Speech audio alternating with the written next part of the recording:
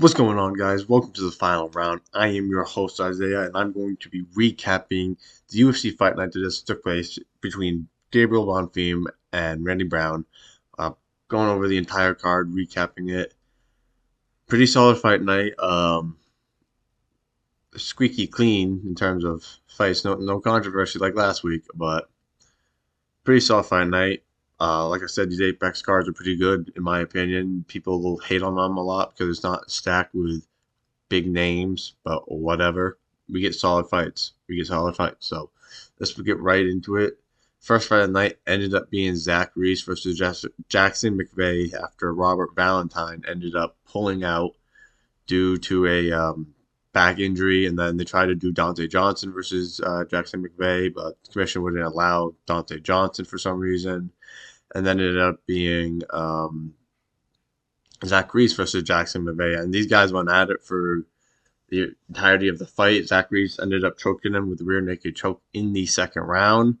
But to start off the fight, Jackson McVeigh immediately got into the clinch, starts throwing shots, elbows, hurting Zach Reese, cutting him up. But Zach Reese landed some solid shots to the body and solid shots to the chin.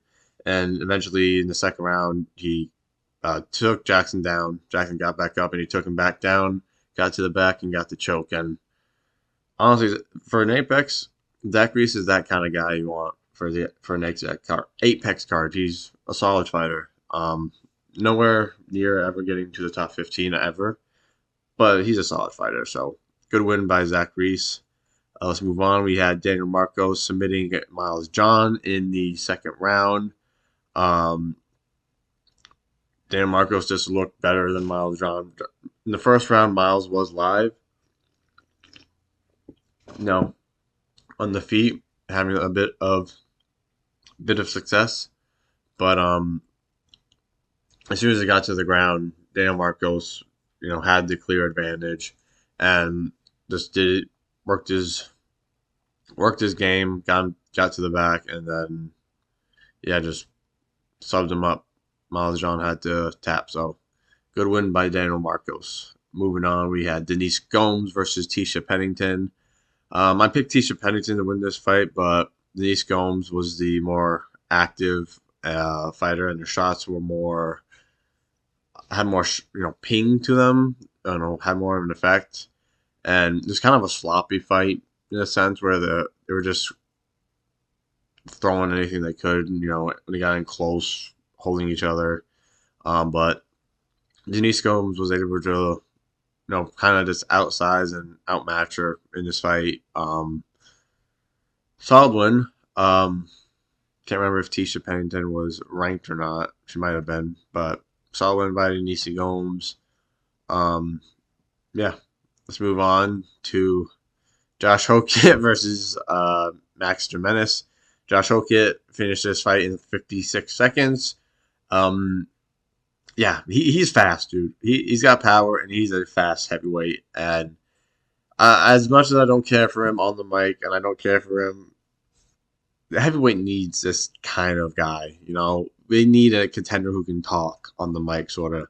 And yeah, you got Bolter and you got Mario Pinto and all these guys, but Josh Hokit's he's a bit small for his division. Could see him at light heavyweight, but solid win by him, and he could be a real problem in this division. We'll see. Let's move on. We had Jacqueline Cavalcanti versus Maya Bueno Silva. Uh, Jacqueline Cavalcanti just looked better in all aspects of the fight. She won a unanimous decision. It's kind of exactly how I thought it would be. In that second round, Maya Bueno Silva did make it more closer, more gritty. She had more confidence. But in the first and the third round, Jacqueline on the feet just stayed at distance, picked her apart. The damage was clear on Maya's face in the fight. And it was a solid win by Jacqueline Cavalcanti. And honestly, was that striking? She could be a fucking real menace in this division. I liked her striking. She was calm, patient, picking her shots, and ended up winning the fight. I'd like to see her against one of these top other top girls. So good win by Jacqueline Cavalcanti. Let's move on to did I fucking skip it? Oh no. Oh no, I accidentally deleted it. Fuck. Alright, sorry. I don't have the picture, but it was Ronnie Barcelos versus Ricky Simone.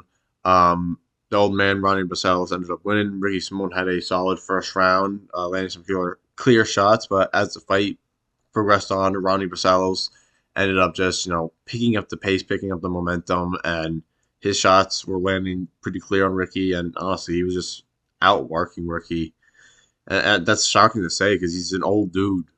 But it was a solid win by Ronnie Barcelos. But I fucking forgot to slide. My bad. But then we had Hyder Mill versus Jamal Emmers. I picked Jamal Emmers to win this fight. He won it by decision. I thought he'd win by knockout, but he just looked good the entire fight. Hyder Mill still needs to work on his shots. I think he still is a bit sloppy. He did land solid shots, but Jamal Emmers was smart and got this fight to the ground. And as soon as he got the fight to the ground, it was game over for Hyder Mill. He had no fucking game plan to get back up off his feet. So solid win by Jamal Emmers. Yeah, never was too high on Hyder Mill, and unless he improves, he's not gonna really be anybody. But solid win by Jamal Emmers. Let's move on to the main card. We had Christian Leroy Duncan sleeping Marco Tulio, dude. Holy shit. Fucking little, stunned him and wobbled Marco Tulio with a spinning back fist. And he was on chicken legs, moving backwards. And CLD just moved forward, trying to close the distance, and landed a jab, and then landed a fucking right cross that you see in this picture. That as soon as it landed, Marco went down face first. Bad look for Marco Tulio. But solid win for CLD. He looked good, dude. He looked good. And it was a back and forth fight.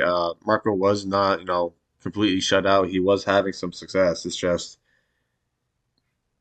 he- his first step up against a guy who was more technical and was not flat footed like Trayshawn Gore was.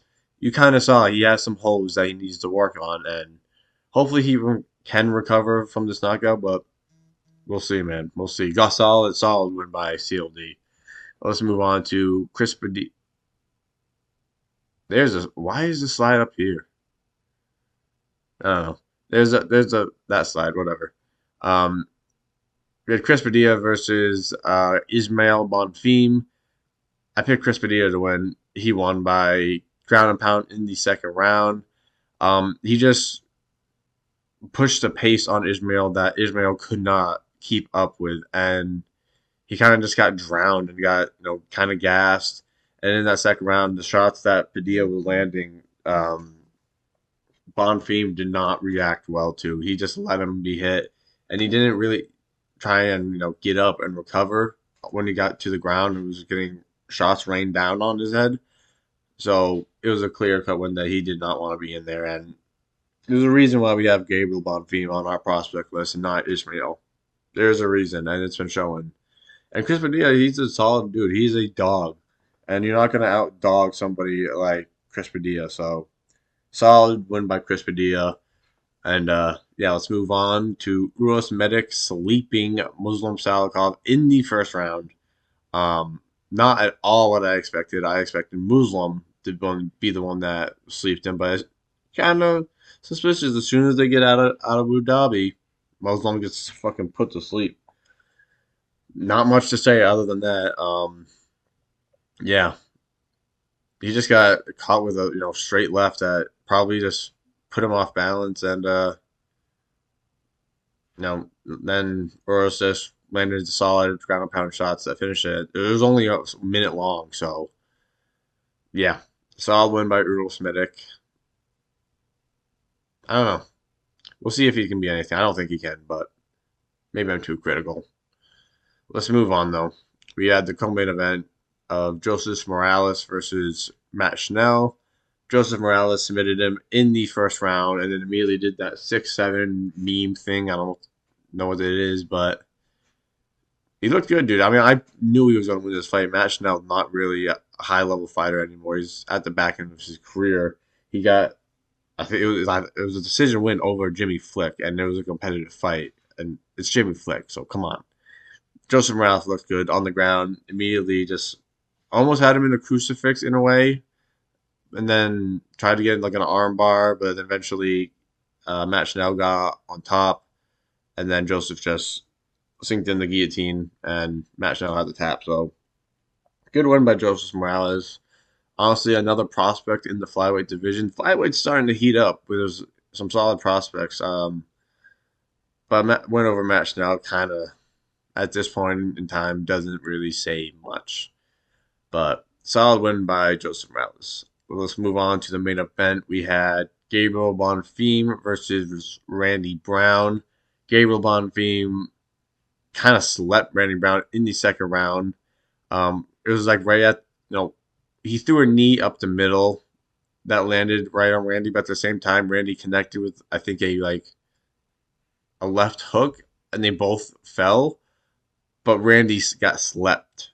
You saw how his immediate reaction kind of was like, oh, like he's out cold, and Gabriel Bonfim immediately got up and went to go do the ground and pound, but saw it was over, and they stopped the fight, and yeah, good solid win by Gabriel Bonfim. The entire main card were finishes, which is fucking amazing. We don't ever see that, but another prospect in the welterweight division, and he's looking good, bro. Gabriel Bonfim's looking good. I don't know who you match him up with, but you can match him up with.